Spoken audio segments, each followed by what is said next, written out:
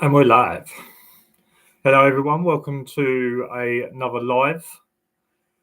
We are, where are we? February? We are February now. So, the dog's out. There he's out. Hi, everyone. Brandon Token, are you still in? I saw that you was there. Oh, you're still in. What's up, dude? Hope everyone is staying safe out there. I am on Omicron watch. So, I am testing every day for 7 days at the moment. Chip King, hi mate, how you doing? I haven't seen you around in any of the Discord or anything like that. Hope you're well. Hope everything's okay. So yeah, me and the dog have been doing our shifts today. We've been doing our shifts the last sort of 3 days, and that's been going pretty well. It's been quite mild, which has been nice. Apparently where we are in Kent, the gritters are going to be out tonight because they're expecting it to they're expecting the temperatures to drop, but the last 3 nights been reasonably mild. Porsche K9, hi mate, how you doing? So Chip King's all good mate, good to hear. Like I said, I haven't heard or seen you for a couple of weeks, but I just want to make sure you was all okay. The dog has got a squeaky toy. I think he's popped the squeak out of it, so hopefully he won't be going too mad on it. Oh no. So yeah, what's been going on with all you guys? Tom Bailey, hi mate, from a fellow wife and app member. Hope you are well, mate. Yes, I'm very good. Yeah, I'm good.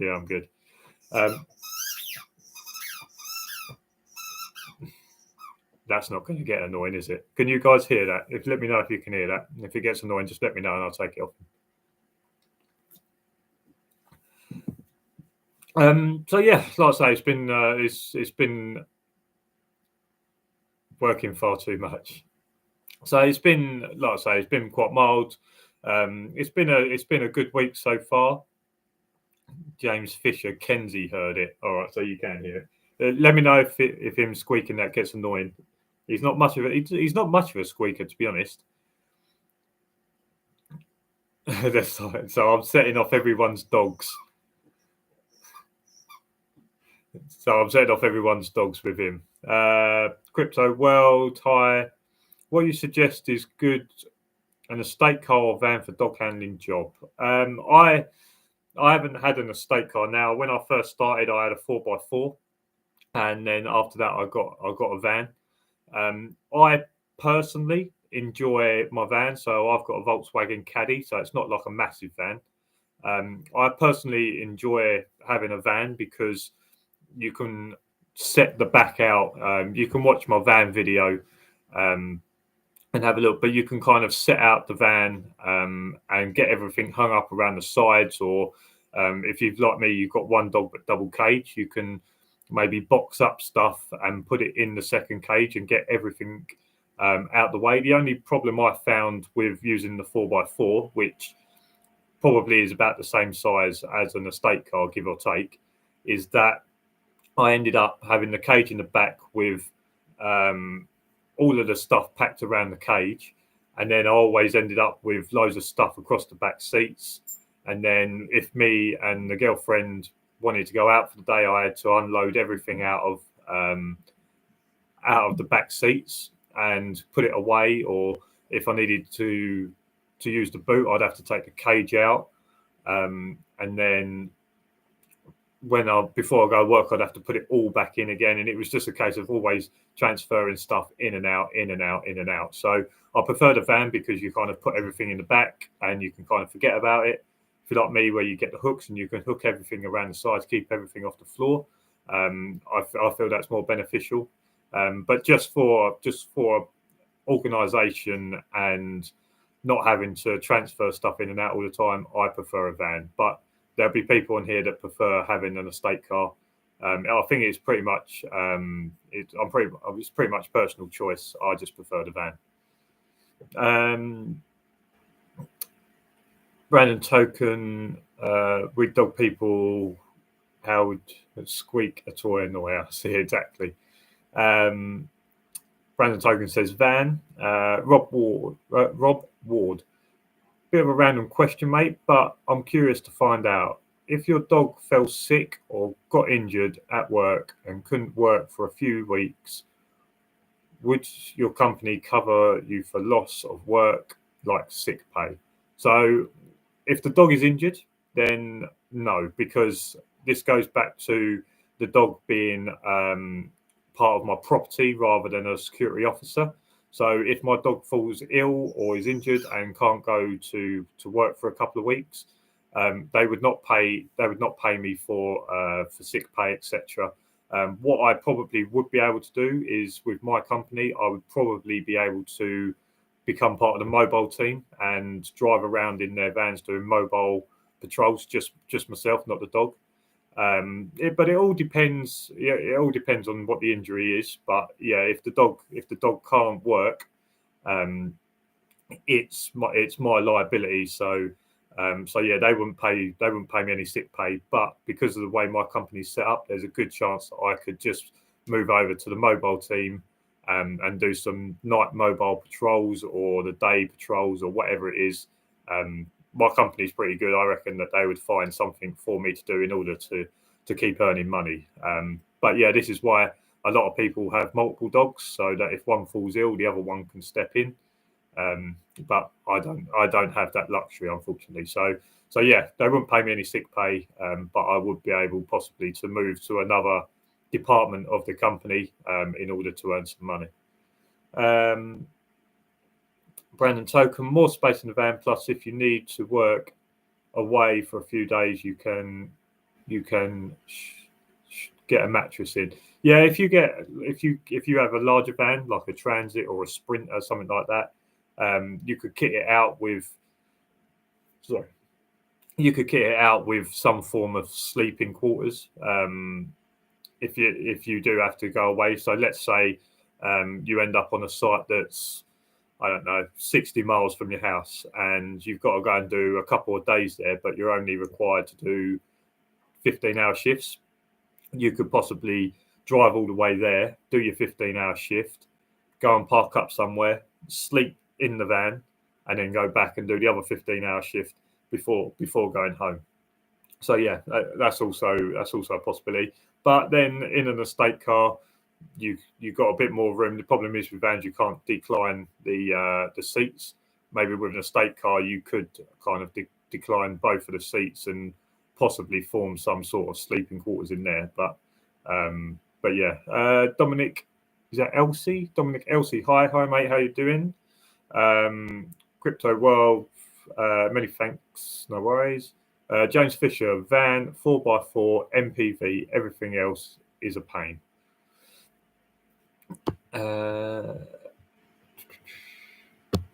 Show that.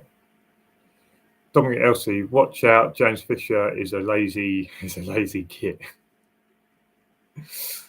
Brandon Token, I'm self-employed but have 3 dogs, so that wouldn't affect me. Yeah, like I say, a lot of people do have multiple dogs. I don't have that luxury. More through choice than anything else, and I don't feel like I've got the room to do that at the moment. Hopefully one day I will be able to get the room in order to have possibly a couple of dogs, or obviously when the transition comes to my dog slowing down and me needing to get a replacement, then we can do that. So that's the Discord app. Rob Ward, just makes sense why all the handlers I've met have multiple dogs. Are you considering getting another one yourself? If so, would you go for another GSD? I've always said my dog's 3 in March. I've always said that when my dog is around 5, I will look at getting possibly another puppy. And I'll possibly look at getting another puppy so that I can put a couple of years training into him. So that when my dog, so then that dog and my dog possibly work side by side for, let's say, a year, and then my dog could then retire at 7 or 8, and then the other dog can step in. the thing is that I've said as well is that it's possible that I would still take my dog to work and do like patrols and that with him. And still do patrols and that with him. But if anything happens, the new dog would come out. So yeah, maybe not for a couple of years yet. I know it'd be good content for me to get another dog and to show you how I would train it, etc. But I'm not one of them people that's just going to buy a dog just to create content or because it's good for a channel. I'm only ever going to get a dog because I need it in real life. And yes, it will probably be a German Shepherd. I can decline my seat in my transit because I don't have a bulkhead. Yeah, I've seen a lot of people do that with the transit, and that they take out the bulkhead so that you literally can walk from the front cab straight into the back. I feel that's a good idea, and obviously in terms of safety as well, that if you was in the van and some people snuck up to you and you never had a chance to get out the van to the dogs, you could just walk straight into the back. Or if someone opened up, let's say, the passenger door, you can just get into the back where the dog is rather than having to fight someone to get to the back of the van.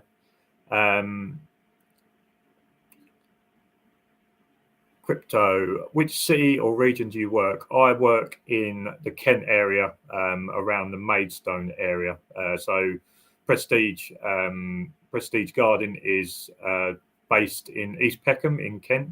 And yeah, we normally work around sort of the Ashford, Maidstone kind of areas where I've been working so far. But Prestige cover more or less most of Kent. They've got sites in most of Kent. I feel like they've got some in London, but like the southeast, that's where we kind of base all of our work. James Fisher, working smarter, not harder.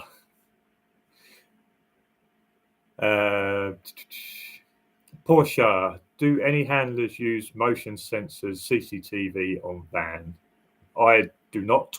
I know there are handlers that will have dash cam, things like that. I've heard of handlers with sensors, so in the van they will have let's say an intruder panel, so an intruder alarm system panel, and then they will have motion sensors on like a 30-foot bit of cable, and if one of them motion sensors is set off, it will set off the panel in the van, which will then in turn set the dogs off. I've heard of people doing things like that, or the security panel will be linked up to a doorbell, so that if the motion sensors are triggered, then the doorbell will go off, just basically alerting. And they're normally on like maybe 30-meter, 50-meter cable runs around the van, or pointing towards entrances and exits. I've heard of that. James Fisher, Kirk does use sensors. Chip King, my 13-year-old retired shepherd still comes to work with me and he's still very fit. Yeah, I've seen him at training. You bring him to training quite a lot.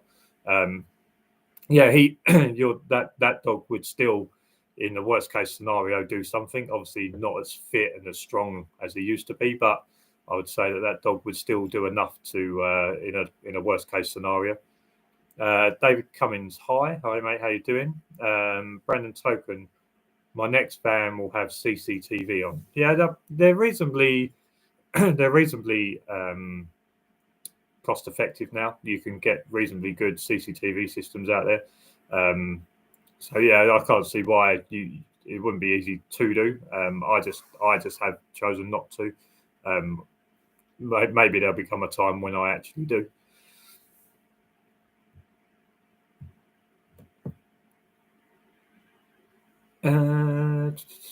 David Cummins, are you doing a live chat this evening? Trying to find it. I'm sure I've seen it advertised. Found on YouTube. There we go, David. You are in. Well, I wondered because I saw that ping up, and then I saw you in the chat. So what's going on here?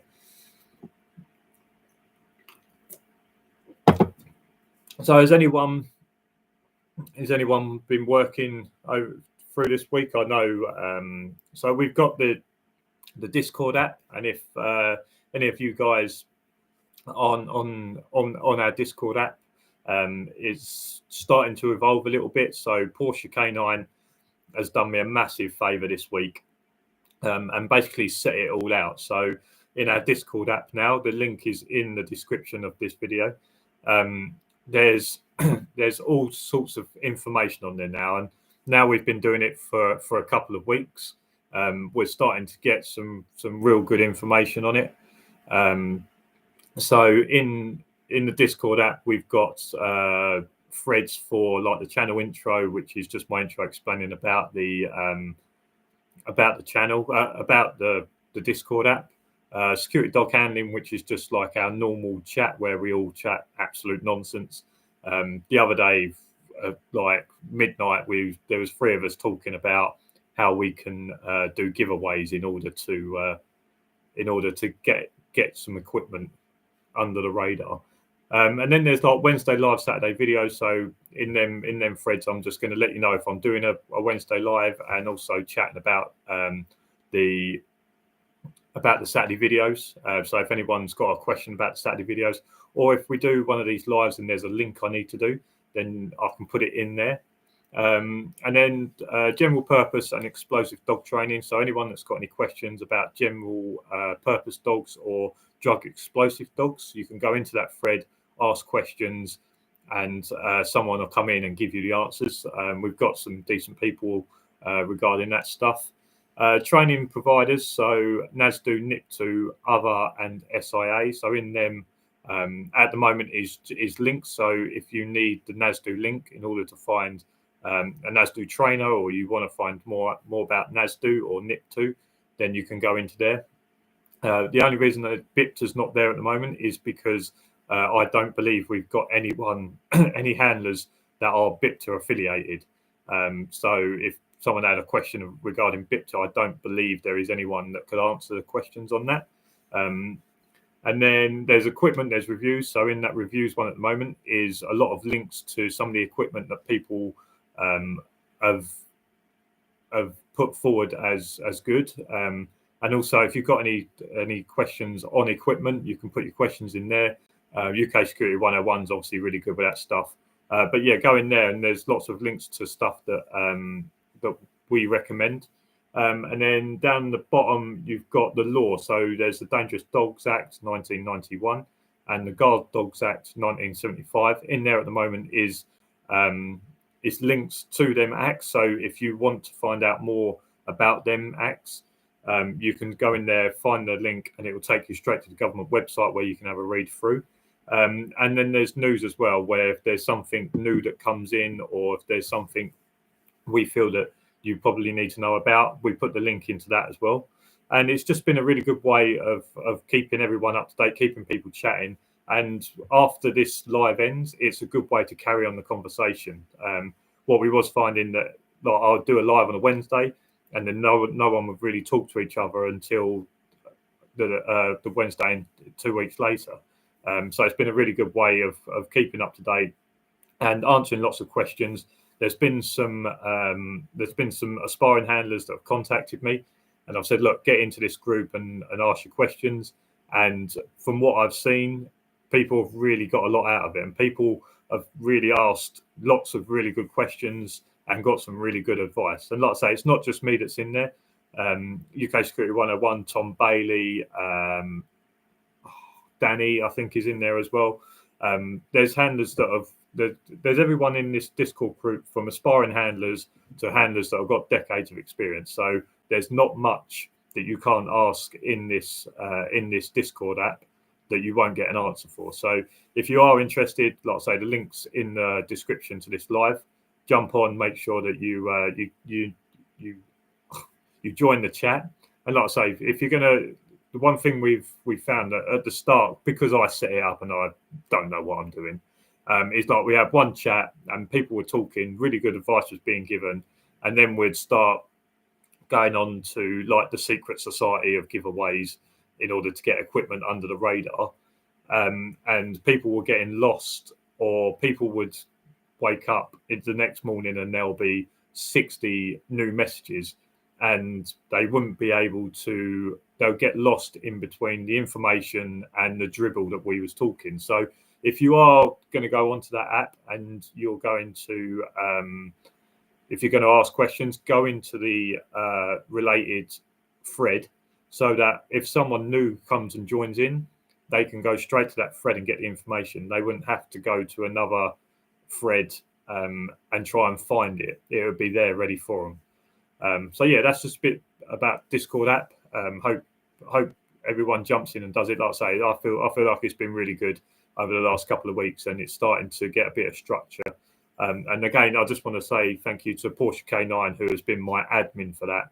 And over the last 24 hours has really got some organised chaos to the absolute chaos that it was. So cheers for that, Porsche K9. I owe you one. I did say that as my admin, it doesn't come with a salary, but just my respect. But I'm sure at some point I'll be able to pay you back with something.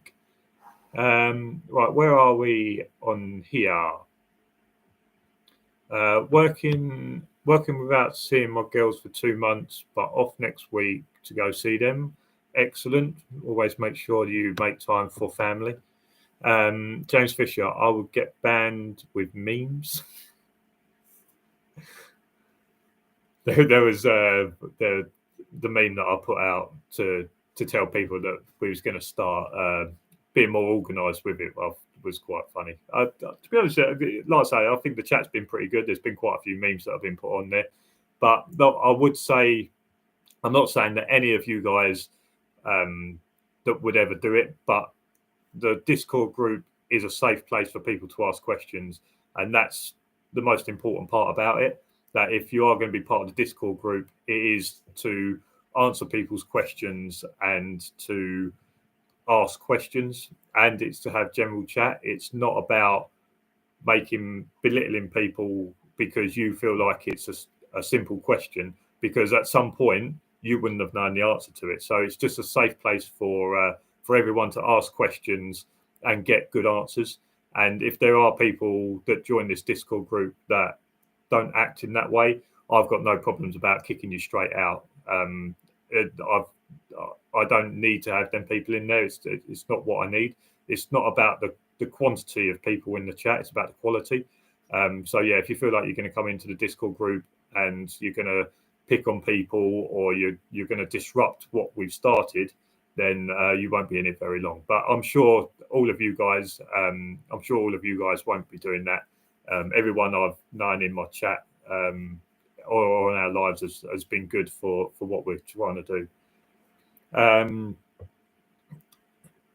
Trash Panda, Discord channel is awesome. If anyone on the fence about joining it, do it. Lots of friendly people and great advice and banter.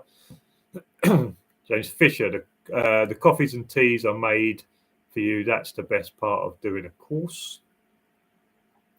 Oh, Dave Cummins, what did you find most interesting about the NASDO course?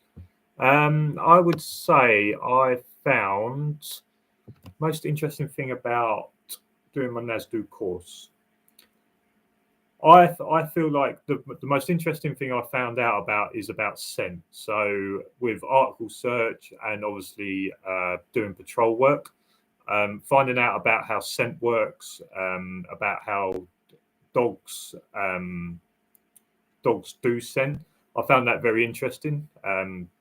Now, they obviously interpret it all different ways, but the way in which, obviously, like article search works. So when dogs are doing article search, the dog is not trying to find an object. What the dog is trying to do is trying to find a smell that doesn't belong in the surroundings that it's in. So let's say, for argument's sake, I dropped my wallet. So I dropped my wallet on the ground and then I asked the dog to go and find it. The dog is not trying to find the wallet. The dog doesn't know what a wallet is. Basically, how that works is that the dog is sniffing and he's going around. He's going, right, mud, grass, branch, rabbit crap. Over here's some more grass, mud. Oh, what's that? That's different to everything else around here. And maybe the dog will walk past it and then go, no, that's definitely different. And then that's how the dog locates a wallet. It doesn't know it's looking for a wallet. All it knows is it's trying to find a smell that doesn't belong in that surrounding. And I found that really interesting. And I think that's why I've been someone that says about pushing training article search work, because it is very interesting. And the same with patrol. So when you're doing a patrol, when you're trying to find someone, the dog now knows that he's trying to find a person, but the way in which that dog locates that person is that dog is trying to find a smell that smells completely different to everything around it. And then they went into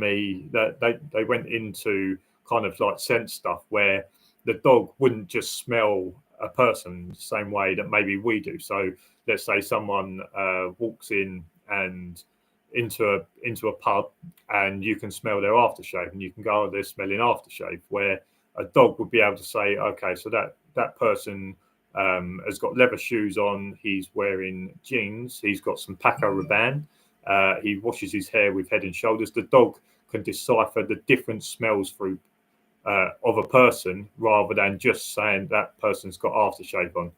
The dog will be able to have all them different smells, and like I say, that's the way in which they see the world through their nose. It's not just a case of finding a wallet; it's finding a smell that is different to everything else that's next to it.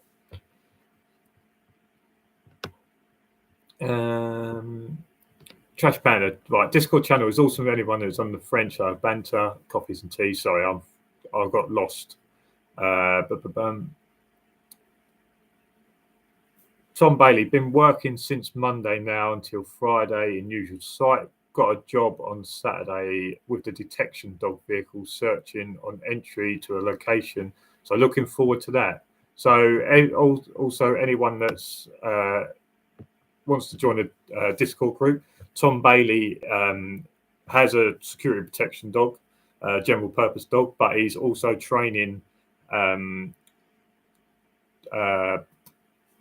detection dogs as well at the moment, and he's given us a really good insight into what it takes to become a detection dog, which has been, like I say, I feel like that's been really useful. Now there was an aspiring handler that was coming into our chat, and she was asking about having a security general purpose dog and how that would fit in with how she needs to work, or the way in which her lifestyle is.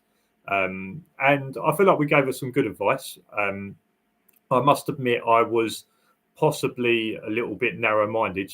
This conversation I've had with her has opened it up to me maybe pushing certain people towards detection. I feel like maybe I was a little bit narrow-minded, where I was saying, look, this could work, but you have to understand this. Where, in fairness, and she kind of come to this conclusion herself, is that possibly a scent detection dog was going to be a better fit for her in the security industry, because she wants to put the dog in a doggy daycare a few times a week, so that she can work part-time security dog handler, part-time doing something else. Now, obviously, with a security protection dog or a general purpose dog, that can change, or that's very dependent on the dog to whether you will be able to do it.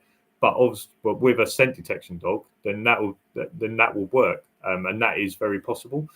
So I think I was maybe a little bit narrow-minded, and having that conversation and seeing Tom talk to her about the scent detection stuff has opened my mindset that not everyone needs to come in and do general purpose dogs. Some people may only be able to, with their lifestyle, etc., may only be able to come into this industry and do scent detection. That's going to be the best fit for them. So yeah, like I say, if anyone's interested in scent detection in the Discord group, Tom's really giving some good info and a good insight to how it all works. And I'm kind of poking him into starting a YouTube channel, but I don't think he wants to, because he would give some really good content. Brandon Token, interesting on Nasdu. Nothing for me really, as I have been training dogs since 19 years and now 44. And again, that's why I'm saying in these lives, and I don't know if you're in the Discord group, but we do have people with decades of experience as well as new handlers, aspiring handlers, and that. So, James Fisher, it's basic. It's what you do after means everything.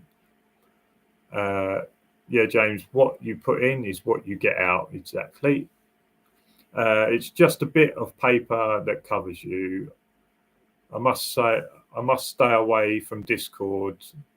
Does Portia want total chaos? But like I say, there is different threads for different things. So if you do come in, and there is that security dog handling thread, which is just for people to have a general chat, and if people are on shift and they want to have a chat. Now, what you may want to do if you join the Discord group is possibly not have your sounds on. So if it starts pinging, but there are handlers that will enjoy that, and maybe there's someone in the Discord group that wants to do that kind of memeing back and forwards, or that kind of chat that is waiting for someone to start it, and then they'll do it as well.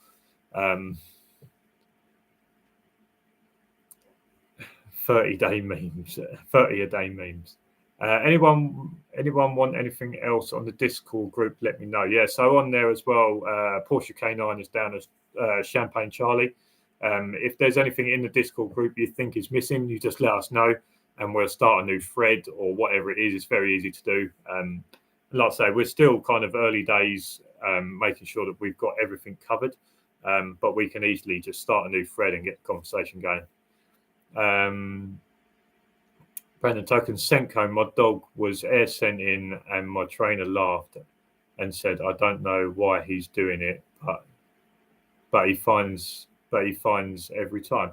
I mean, the air sent in, like with scent obviously will go up. It's like a gas, so scent will normally go up and out. So if you've got like a scent cone, obviously the scent will come out and it will disperse into the air. So from distance, that's why if you watched my when I was doing trying to find the treats in the cabin, so the actual scent was coming out of the bag and then dispersing around the environment. So when the dog is right next to it, he can home in on it. But from distance, because scent is like a gas, because it spreads, the dog has to then smell the air in order to get the direction of where it is, and the dog will move towards the scent getting stronger. So if you think about you have your object, which is like you have your object, which is obviously what's giving off the scent. The scent is obviously a lot stronger around here, but as it goes out, it starts getting wider, and basically the dog has to narrow down where the scent is. And there's probably some good videos in my early days where I was doing some of that, is that the dog will circle around and have the scent, and it'll be going stronger, stronger, stronger. And then it'll go past the article, and then so it'll be strong, strong, weak, weak, weak. And then the dog will turn back to where it's strong. And that's why you'll see dogs a lot. They'll kind of circle around where the article is, because they're trying to find the point where the scent is strong and starts to get weak, so that it can work its way back to where it's strong. And that's why dogs normally circle, and they start getting closer and closer until they find the article, because the scent is obviously stronger where the object is, but as it spreads, it gets weaker. And obviously wind is a massive factor for that. So if you're ever going to do scent work or anything like that, you need to make sure the wind is hitting you square in the face, because as the scent comes out, obviously if you're doing this outside, as the scent comes out, the wind will push it obviously in a direction, and if you're standing downwind of that, it will be hitting the dog in the face, and that way the dog will easily be able to find what it is. Because if you stand upwind of it, you will walk past the article before the dog gets the scent to turn around and come back. So like I say, if you're ever going to start doing scent work, make sure that you've got the wind hitting you in the face of where the article could possibly be. Scent cone is 3D and not 2D, so yeah, I imagine he's sniffing up in the air. Cool. Send the link. It's down in the description of this. What British BSI standards did you learn on the NASDU course? I can't tell you off the top of my head which ones they are. The most important, which is why it's in the Discord group, the most important acts that you'll need to know and need to remember, as far as I'm aware, is the Dangerous Dogs Act 1991 and the Guard Dogs Act 1975. From day one that I turned up there, them acts were drilled into me of know these acts, remember these dates, you're going to need to know them. So yeah, they're the most important ones, and that's why in the Discord group they are there for people to be able to click on and look at. And if there are any others, there's probably a Control of Dogs Act 92. Is that? I believe that's one that's possibly part of it as well. But yeah, the Guard Dogs Act and the Dangerous Dogs Act, I got drilled into me very, very early on of knowing them. There will be some others that are in the NASDU manual as well, but I believe they're the most important.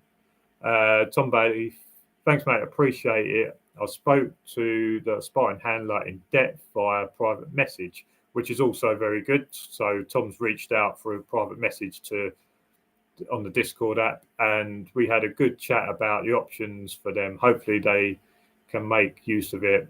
I have a face for radio, mate, not YouTube. Well, you feel like I've got a face for YouTube. I do have a face for radio too. I'm just trying to do the best I can, and luckily I think my boy's good looking enough that people will watch the video just to see the dog. James Fisher, 30-day Facebook ban memes, I mean. Oh no. Brandon Token, I know, buddy. I just thought it was funny the trainers say that. James Fisher, David, did you mean on your vehicle BSI standards? Brandon Token, unfortunately, a lot of trainers don't over push the Dangerous Dogs Act and Guard Dogs Act and train green handlers as dangerous dogs. Yeah, like I say, they're the two acts that were really pushed on me. Knowing the dates, I was led to believe is very important. So I don't know whether it will end up in a NASDU multiple choice test that you do in order to pass your NASDU. But there is a chance that you could possibly be asked about the Dogs Acts and what years they are. So that's why I feel like it was drilled into me to know what them acts are and the actual years. There was a good point where the Dangerous Dogs Act, I kept saying it was either 74 or 76, and it was 75. So dates. So when was the Act amendment? That's the thing, because they get amended, don't they? And a lot of the stuff where you put on there, if you try and search it, like the Control of Dogs Act, is it Control of Dogs Act 92? But I feel like that was then amended in like 2006. There's lots of that kind of stuff. 2005. Was on mine, and the terrorism. So, Brandon, are you saying that the Control of Dogs Act is 92 and 2005? I said 2006, and this is where I say, like, you remember stuff and you think there is an amendment, and you have a random year in your head, and then you just take a stab at one. And that is, but like I say, when you start your NASDU, a lot of this stuff is in your handler book.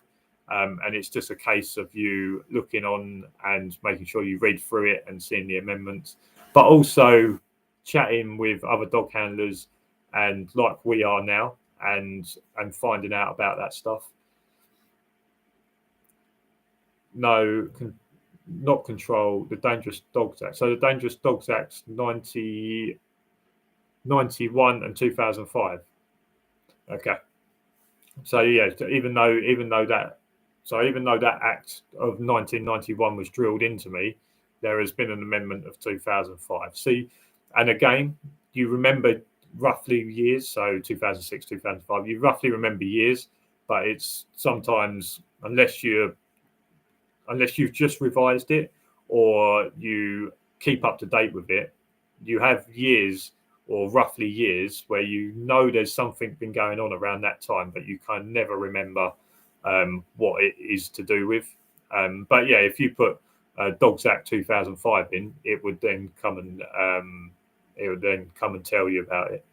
Everyone needs to know the amendment as well. So in the Dangerous Dogs Act 91, I will also in that thread put a link to the amendment of 2005 if that's not what the link is in there already. Best advice I learned: don't trust other dog handlers. It's all handbags at dawn. And that was something that I was advised about when I first started. That lots of dog handlers not stab each other in the back, but it was very much like a boys' club where if you never went to a certain trainer, or if you wasn't part of a certain group at training, then you was kind of like an outsider. But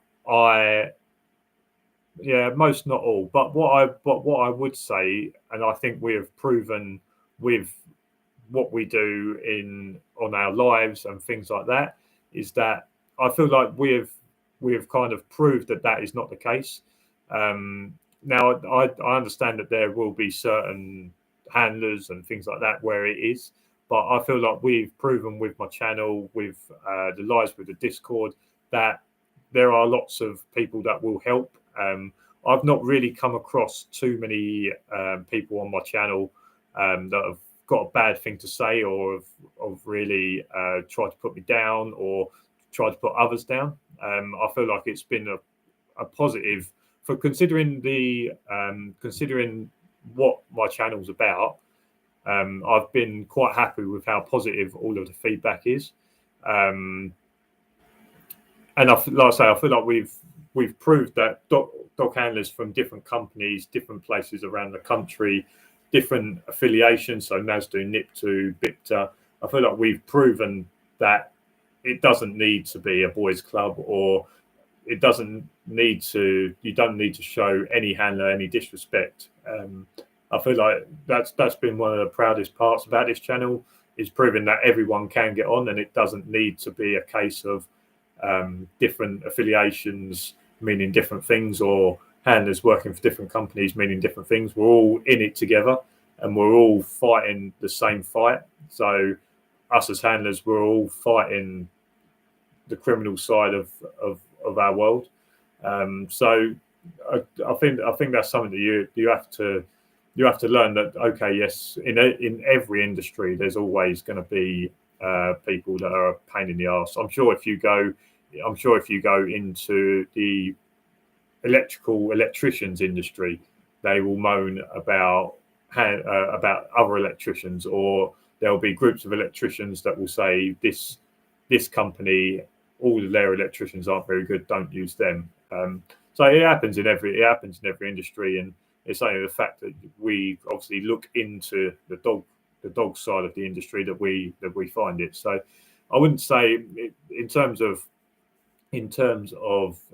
aspiring handlers, I'd say yes, be wary of it, but don't worry about it too much. I don't feel like I've had to worry about it that much. There's been a couple of handlers where I've just thought, you know what, not worth talking to, and I've just kept myself out of it. But I'd say for 90% of the time, 95% of the time, everyone has been great. Everyone wants to learn off each other. Everyone wants to give everyone advice. Sometimes it might not be the best advice, but it's still advice, and it's what you do with that what you do with that information. And there's nothing wrong if someone gives you a bit of advice, going to someone else and saying, look, I was given this bit of advice, what do you think? And getting a second opinion on it.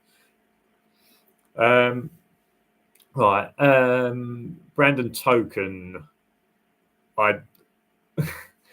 Brandon Token, there is something that is held for review and I'm going to hide it. I'm not going to show that. Just to let you know, I have seen it, and okay, but I'm not gonna show it. James Fisher, you are trying to keep it simple with no drama on politics, and as with everything in the world, politics is always something that will. Politics is always something that will cause confrontation and friction between different people. And like I say, I'm a pretty neutral guy. I always give someone the opportunity to give a good first or second impression. Are you laying on the floor? Excuse me. She's laying on the floor with a dog.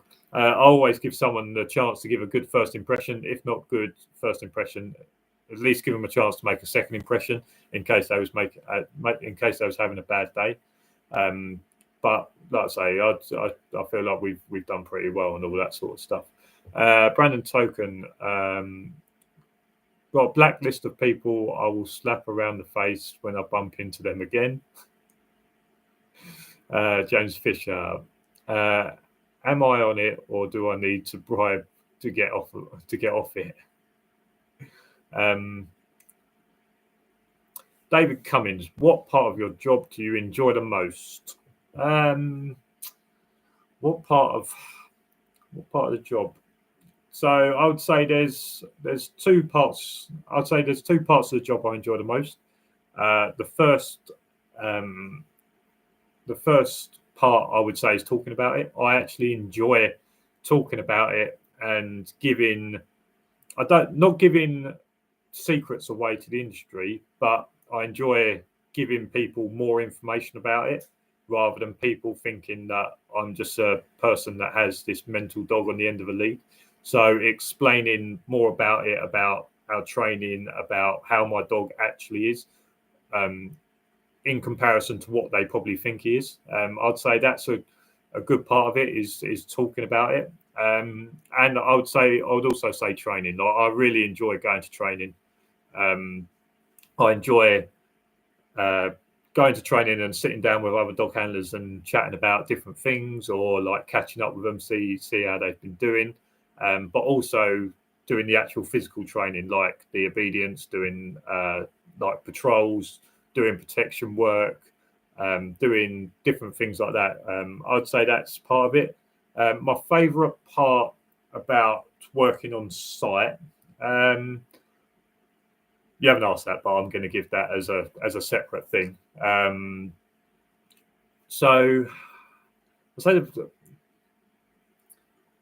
I like organising. So in terms of our shift on site, I like organising myself. So whether that is organising like my food time, so organising my shift to, right, tonight I'm going to have my soba noodles at this point. I'm going to have a chocolate bar at this point. I'm going to have my dinner at this time. I'm going to have a Coke here. I'm going to have some Ribena here.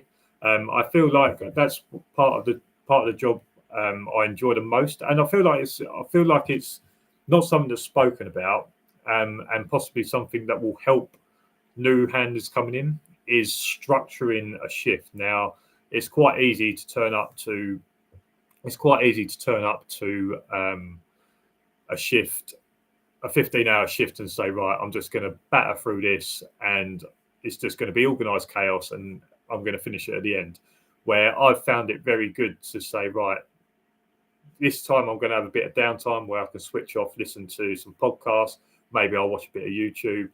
This certain part, this is when I'm going to start eating some food. This is my structure of my meal times. These are the kind of times that I'm going to go out and do. Sorry. These are the kind of times that I'm going to go out and do patrols tonight. So I've got a structure of when I'm going to do it. It's not going to be Now, that can all change. I'm not saying that I do it on the hour every hour. It can change throughout the time. So they still are random patrols, but they're random to when I decided when I first turned up of what my sort of what my separation is going to be between patrols. So it is still random because I've just made it up for that shift.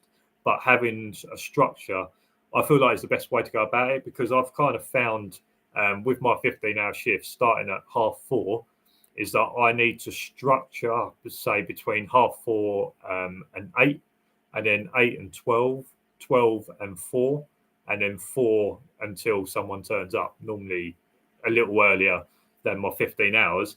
But I structure my shifts through that so that I'm only concentrating on maybe like a 4-hour block. I'm not concentrating that I've got 12 hours to go or I've got 9 hours to go. I'm concentrating on my 4-hour block. So it may be a case that I have my soba noodles at 7:30, 8 o'clock, and then my whole structure for them next 4 hours is to get me possibly to, let's say, my dinner when I have my sweet and sour chicken or whatever it is. I'm only working on 4-hour blocks, and I found that that's a good way of breaking down the shift. And I found it very easy to kind of switch off to thinking that I'm here for ages or whatever it is. So I'll say that's one of the parts I enjoy about my working on shift, is being able to structure it in order to make it the best for me. James, I love you, bro. I found I don't know whether this is a case of the way in which people have found my channel, but I have noticed over the past maybe few months is that when my subscriber count goes up. So let's for argument's sake say so I've just got over 400. So I hit 400 400 subscribers the other day, and then what I normally find is that it will go to 401, then 402 very quickly, and then maybe it'll be, let's say, 4 or 5 days, and then it'll go to 403 and then 404 very quickly. So I feel like people are finding my channel and passing it on to their friends very quickly, and that's why I feel like I'm having long gaps, and then I'll get a couple very quick, and then I'll have a bit of a gap, and then I'll get a couple more very quick, or like 2 or 3 quickly. So I don't know whether that's the way in which a lot of you have found it, but that's to me what I'm seeing. I'm seeing where people are finding my channel and sending it to their friends, saying, "Look, there's this channel I've just found, etc. You might want to subscribe." And if you are, then if that's the way in which you're doing it, then I appreciate everyone that's sharing the channel around, and hopefully you're all getting what you want out of it. James Fisher, Netflix and playing with Kenzie. James Fisher, is this a serious question though? Now a serious question. When your dog's not working, do you let your dog get away with murder at home as compensation, as they have no freedom when they work? When they're at work, freedom of meaning they have to do as. I do give him a little bit more freedom. When we're not at work, I will try and take him to my mum and dad's that's got a big field and try and run him a bit ragged and give him a chance to express himself. When I take him out, because obviously we live in a flat and I have to take him out for walks quite often, so obviously so I can go to the toilet.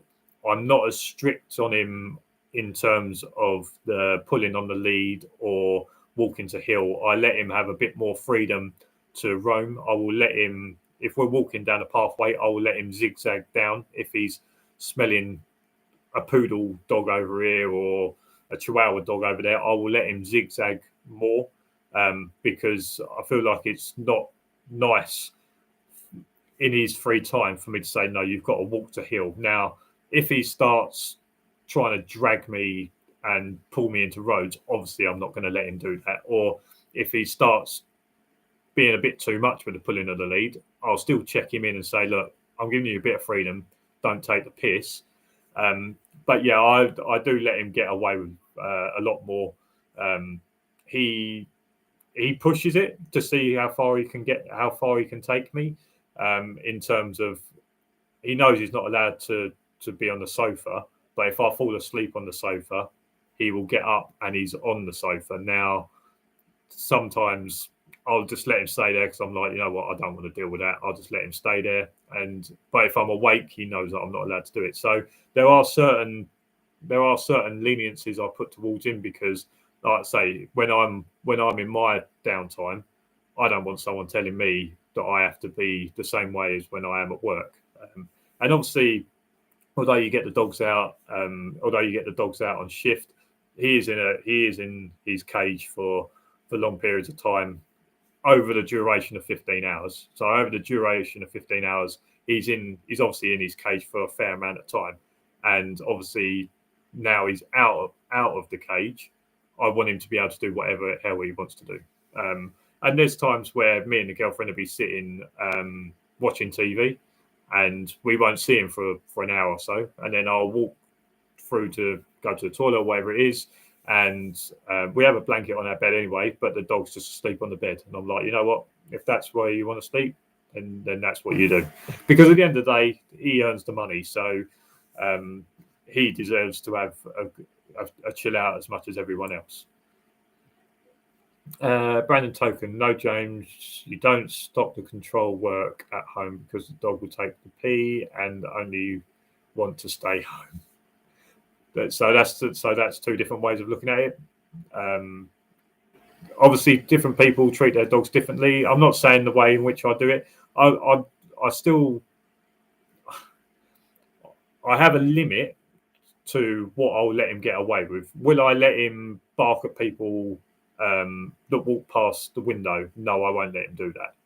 Will I let him sleep on the bed? Yes, I don't really mind too much about that. So I feel like there are boundaries.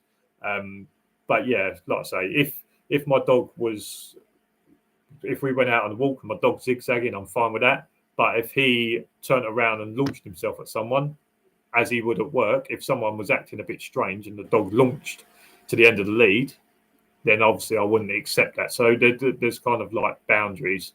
And like what you just said, what works, mate. Exactly. So everyone's different. Some people will still be strict with their dogs at home. And some people like me will be a little bit more relaxed and let them do what they want. So yeah, that's my view on it. John Bailey, there is a level of balance, mate. Definitely don't let them too much freedom, as they could interpret that into work and think that they can decide when to be under total control or not. Yeah. They can rest and have their own time at home, but must still be well behaved and listen just as much as when asked. Dogs are not stupid, only owners are. Exactly. I feel like my dog is a lot smarter than I am, I think. You see she's happy at work. Lead goes on, ball follows, she's happy, and when happy, I think the ball is key. The ball for my dog is very key, but also I've found that letting my dog in downtime or on days off, having my dog let him carry his ball around is also like a little bit of a what's the word? It like calms him down a lot. It like gives him a job. I feel like when we're not at work and we go for walks, he's trying to figure out what his job is. Now, everyone knows with German Shepherds that they want to have a job. Now, by giving my dog the ball in order to carry, it kind of de-stresses him because he knows his job is to carry that ball, or if maybe it's a rope, maybe he's carrying his rope. Sometimes he drops it and he's like, no, I'm not interested. I don't really want to do that. But sometimes giving the dog the ball to carry is a bit of a de-stressor because he's not worried about what his job is. He understands that his job now is just to carry the ball. So yeah, sometimes the ball can be key to either get the dog amped up. So if I take the ball, I can obviously get him amped up, but also I can give him the ball to carry and it can calm him down. Kenzie is too smart, but she's had to be when sounded like Darth Vader. David Cummins, I'll try and get back. Thanks for your answers. No worries, mate. James Fisher, thank you. So you do give freedom, is kind of what I mean. So undo, give more freedom. Yeah, like I say, I'm not going to be as strict, but I feel like a lot of that's body language. So when I'm at home, I'm more relaxed, so the dog can relax. When I'm at work, my body language is obviously a lot different, and the dog picks up on that. So the dog picks up into, we can't totally relax here.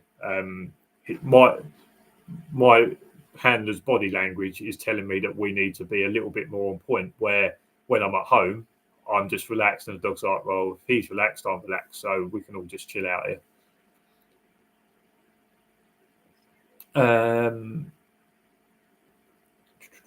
James Fisher, you see, I allow Kenzie to bark at the postman and puts the postman in his place. Yeah, my dog.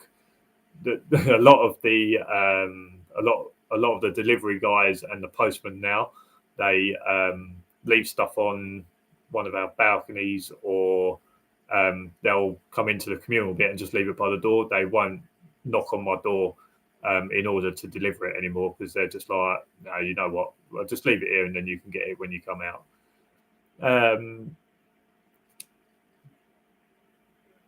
If your dog launches at then Dangerous Dogs Act. So yeah, so in terms of the Dangerous Dogs Act, anyone that feels threatened, the dog can come under the Dangerous Dogs Act. And I'm not. I mean, obviously, it's very hard to come across and get it right all the time. I'm not saying that my dog walks down and launches himself at just someone walking around. Maybe it's just someone that slams a gate and the dog swings round me to find out what it is and hits the end of the lead. I'm not saying that my dog is like trying to bite people or whatever it is, but I was kind of using that as an example of I was trying to use it as an example of what I would and wouldn't let my dog get away with. So zigzagging across is perfectly fine. Hitting the end of the lead at people is not fine. So even if I'm not working, I wouldn't let him have a work mode to the point where he would hit the end of the lead and obviously intimidate people. I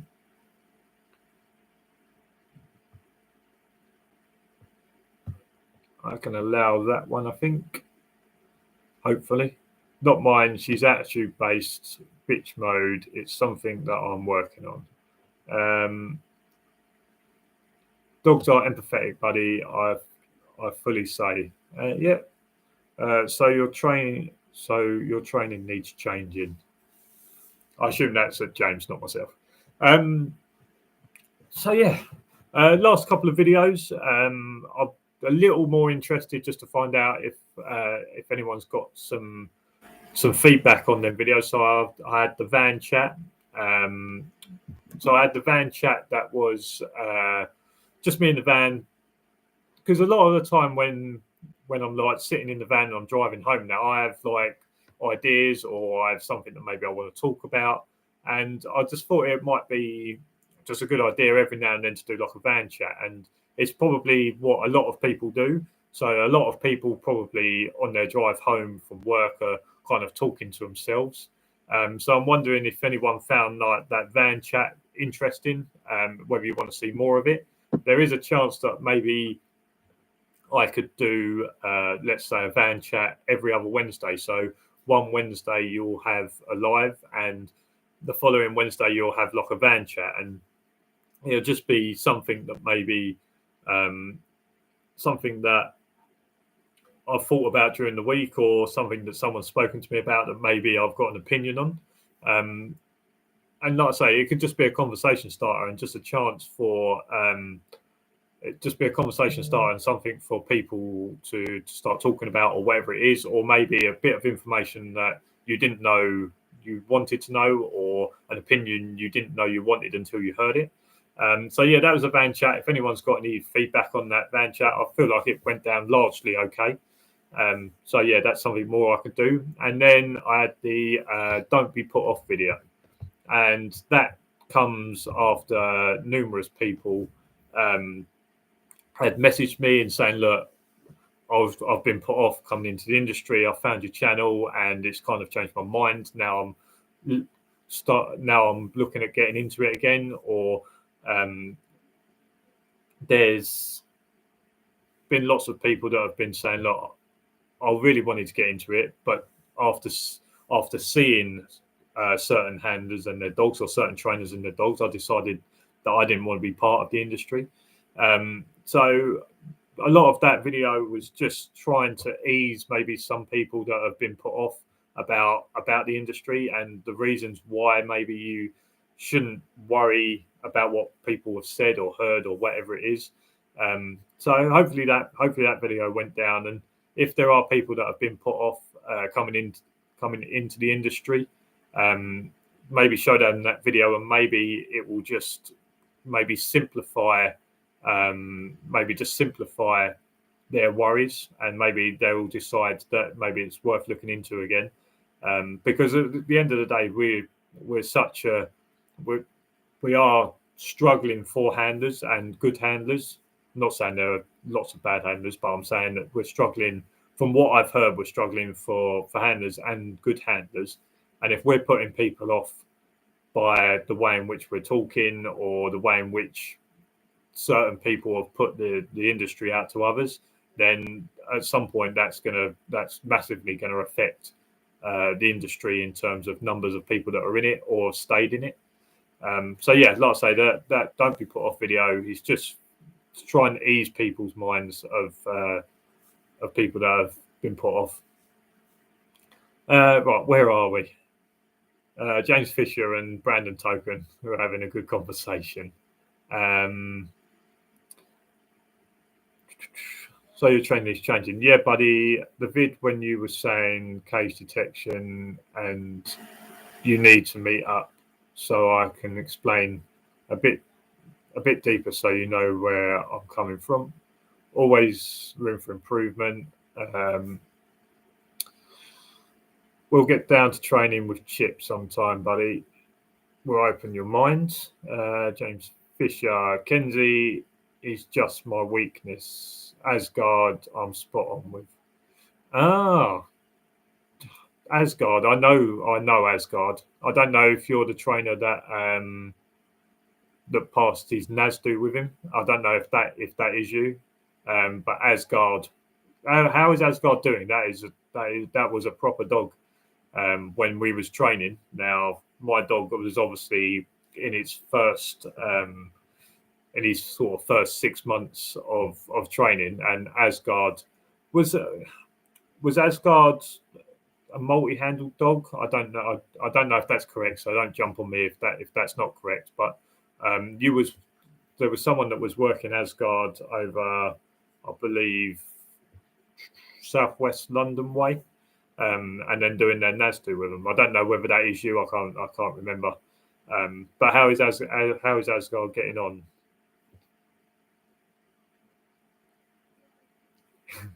His brains are drooling out of his ears at the moment. Kenzie is in heat. Oh God. That's something else you need to think about as well, is that if you've got multiple dogs, having one dog on heat affecting the way in which the other dog will act. Now, I listened to a good podcast and they've explained about dogs in heat and how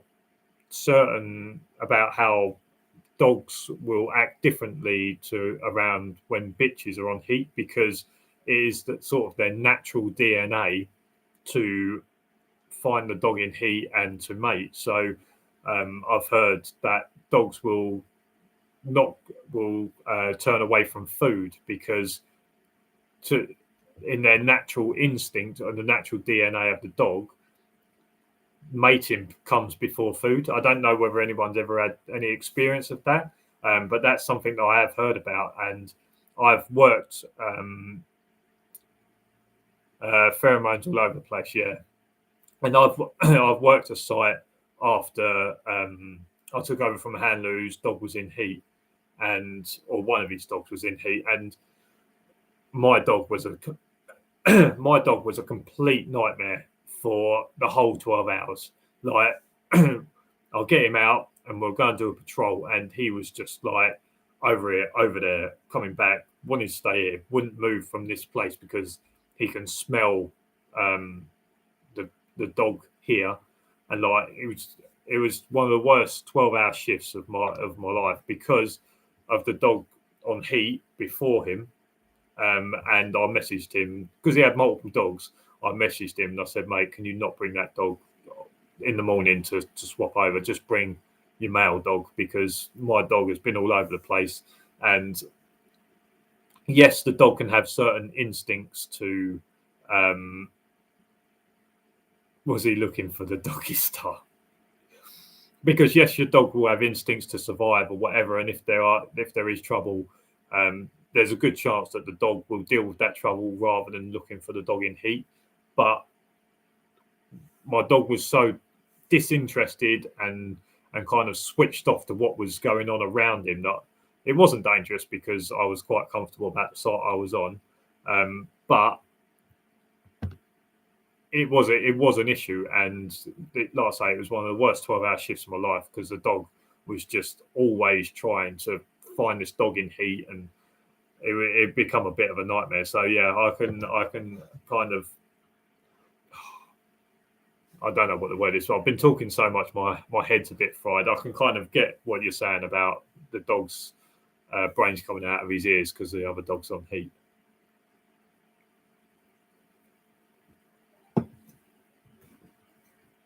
Oh.